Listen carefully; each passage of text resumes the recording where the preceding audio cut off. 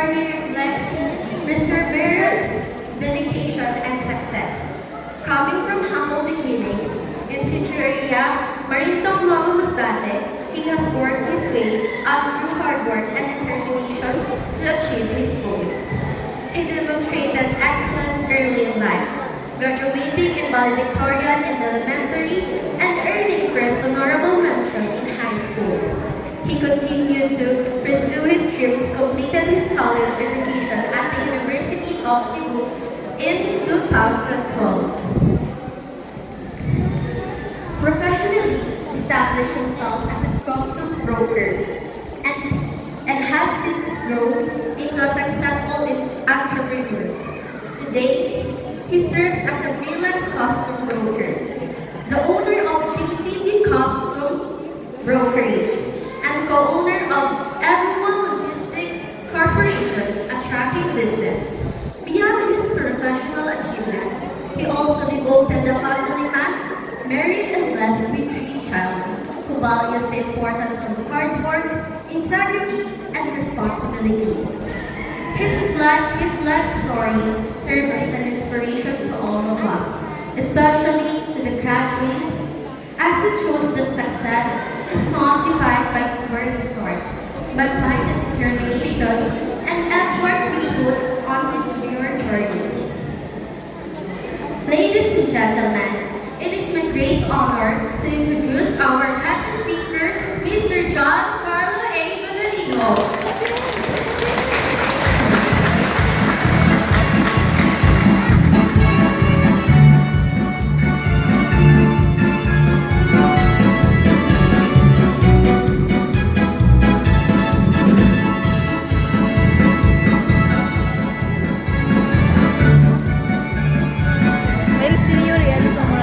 Hello?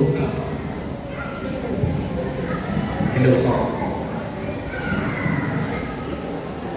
Alam mo, masyado magaling mag-speak, no? I'm not a good speaker, but I am a good listener. Wala na akong nakasabi.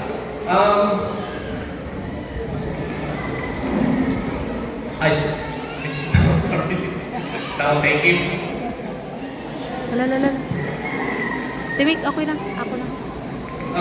To our principal and guests, Sir Nungli Basas and Ma'am Nora, and sa barangay officials, teachers, and our student and parents, maayong po na hapon sa ating tanan.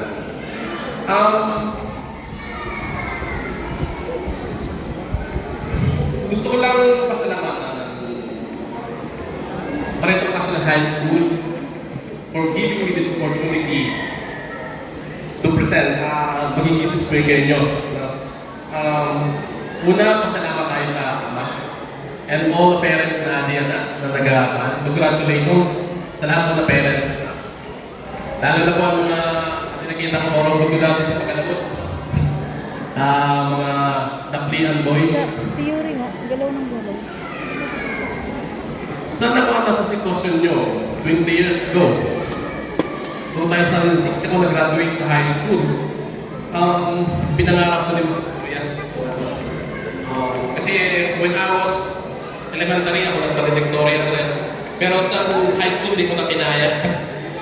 Maaga nagtaliwan na ako ng 3rd year high school ako. Sa nagtaliwan na ako ng makapunapuan na manage na akong palakaya. Siya po na ako naging idolo. Nagpapaaram lang ko dati kay Ma'am Janet para magbakal singkrudo kay pagkaaga. Mangolekta ako sa container dito sa punta. Para pagka uli ko sa Iraya, ibibiling ko lang, mapaaram mo Ma'am Janet, ako mas bate, balik na. Kaso naman. Tunakan ko lang sa Ramon ko na sa Nescafe na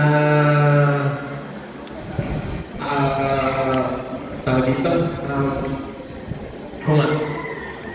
para kanino ba mo nagamata? Para kanino kayo gumigising? You are afraid. Are you afraid for the future? Ganyan din ang ako, dati lalo na sa nawalan na akong ama. nahadlok ako sa kung anong mangyayari sa amon bilang pamilya. Pero dahil sa sipag, dedikasyon sa natong mga ginikanan na adiyanan na kung Hiloy, nakapagtapos kami na dito na magmaranghod, all professionals. Gusto ko lang i-share sa inyo usad sa mga prinsipyo sa intukto sa ako sa professor. Ang prinsipyo sa nakalimutan ko na ang pangalan sa professor ko pero ang intukto niya dili ko nakalimutan. The principle of an eagle. Sa lusag na agila. Siguro karang naman sa iba sa agila. Itong prinsipyo na ito. Pero ito ang in-apply ko siguro sa akong sa diri. Para mabot ko na ako ng mga pangalan. First, eagle flight alone. Kaya niya magsagire o kaya niya na siya lang. Pero kalimitan, hindi siya nagasama sa iba na ibon. Sabi nga sa iba, para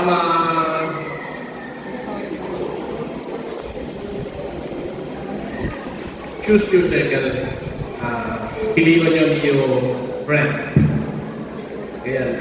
Medyo ako pagka-introvert, medyo kunti lang talaga friend ko. Pinipili ko lang as a human. Kasi kung pili ka lang mo ako friend, ato ka lang sa maayon ng mga barkada. Dito ka lang nadarahong ka niya sa ayaw man. Hali ka na sila mo. Good morning, good afternoon Ma'am Janet, kasi Ma'am Nelly.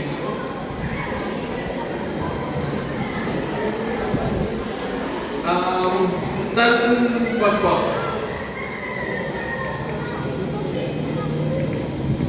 Second, eagles have a strong vision, sharp eyes, focused mind, and setting goals. Kaya, nakukuha niya even a bigger brain. Pareho man sa damo sa aton, sa instructions, but if you focus on your goal, you will achieve it.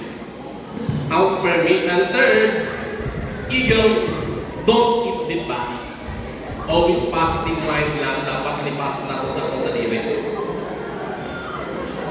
Let's focus on growth and oriented knowledge.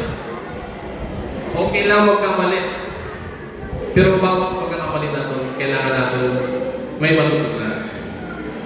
Continue lang, laban, pagpatuloy nyo hanggang makapot nyo ang iyong mga. In fourth, eagles love storm. Sa mga paralawon na parehas ko, ako na lang ang palatandaan para pag medyo naglupan-lupan na ang agila sa baybayon, may marakot na panahon. Marami pa maabot na bagyo sa aton.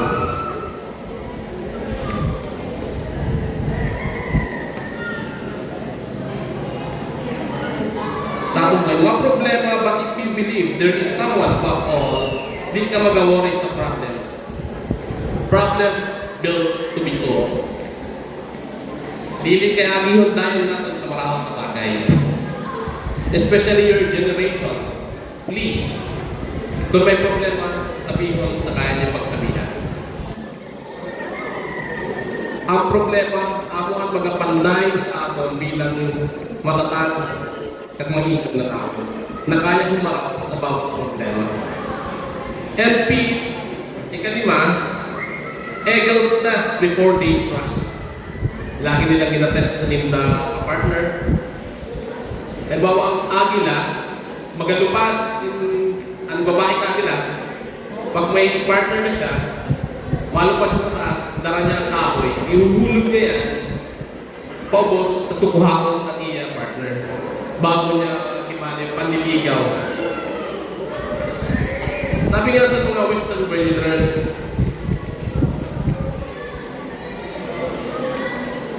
in every successful man, there is very, very supportive woman behind. Ako pwede pa may shoutout sa akong misis galing, nanay na. Ako po nag-close sa ako, nagtupo lang din. Kaya minsan ingatan niyo man. Kaya kumalo ako, pero ako nagtok lang sa akin para mag-stick daw din. Medyo malod ako eh. Kaya si Mrs. na lang, sunod kang Mrs. para walang away. Hindi, joke na. And 6, eagles prepare for training. Build strong, high knees when time comes, they remove the soft lining. Force them to fly. Dili po ninda gina baby ang inda mga piyak. They force them to fly. Kaya po kamo, kung kaya nyo. Pero sa mga kabataan, lagi po kita magsunod sa atong ginikanan. Ako po natuna, una po na naging iba namin. Kaya ang ginikanan po natin, amoy nang mag-gabay, gabay. Always nag-lead sa aton para kita maging successful sa buhay. And 7, eagles renew themselves. Pag nagkurang ang agila, ang pwede ko ba nalimutan, nagatakbo po niya para hibo, aniya ko po, nagabalik ko. Nagakurong ang niya para hibo, ay aniya ko po, na dili na siya makakuha sa niya pray. So ang ginahibo po niya, nagaring niya sa niya sa diri. Ang hihimo niya parang lumagpas pa ang buhay niya, o lumagdag pa ang buhay niya, karabutan niya sa diri na barahibo. Karabutan niya, iyak ko babarino niya, para mas lalo pa siya, magkaroon pa siya ng mahabang buhay. And, saan magwila ng mga naging sakripisyo sa mga ginikanan, lalo niya? Sa atong parents, halos nagasakripisyo kita para sa ating mga anak, maging wata na bukang. Sana ang mga kabataan niya, sundin natin ang ating mga ginikanan. Para sa maabot na panahon, maging usad bang commodity na mag-atubang sa iba man para maghatag sa inspirasyon. And thank you this for opportunity to speak para sa akong mother, Ate Ana. Salamat ma sa pagpatanong ko sa amon bilang usad na kabataan. Pino po kami, all professionals na po. Yan na, nag-graduate lang sa amon lungsod. And amo lang po sa tanan, sa aton patapos na ako na sulata, nalito natin ang maayon na mga bagay para sa progreso sa ating buhay. Maayon po kahapon, nadamo po na salamat sa ating kanan.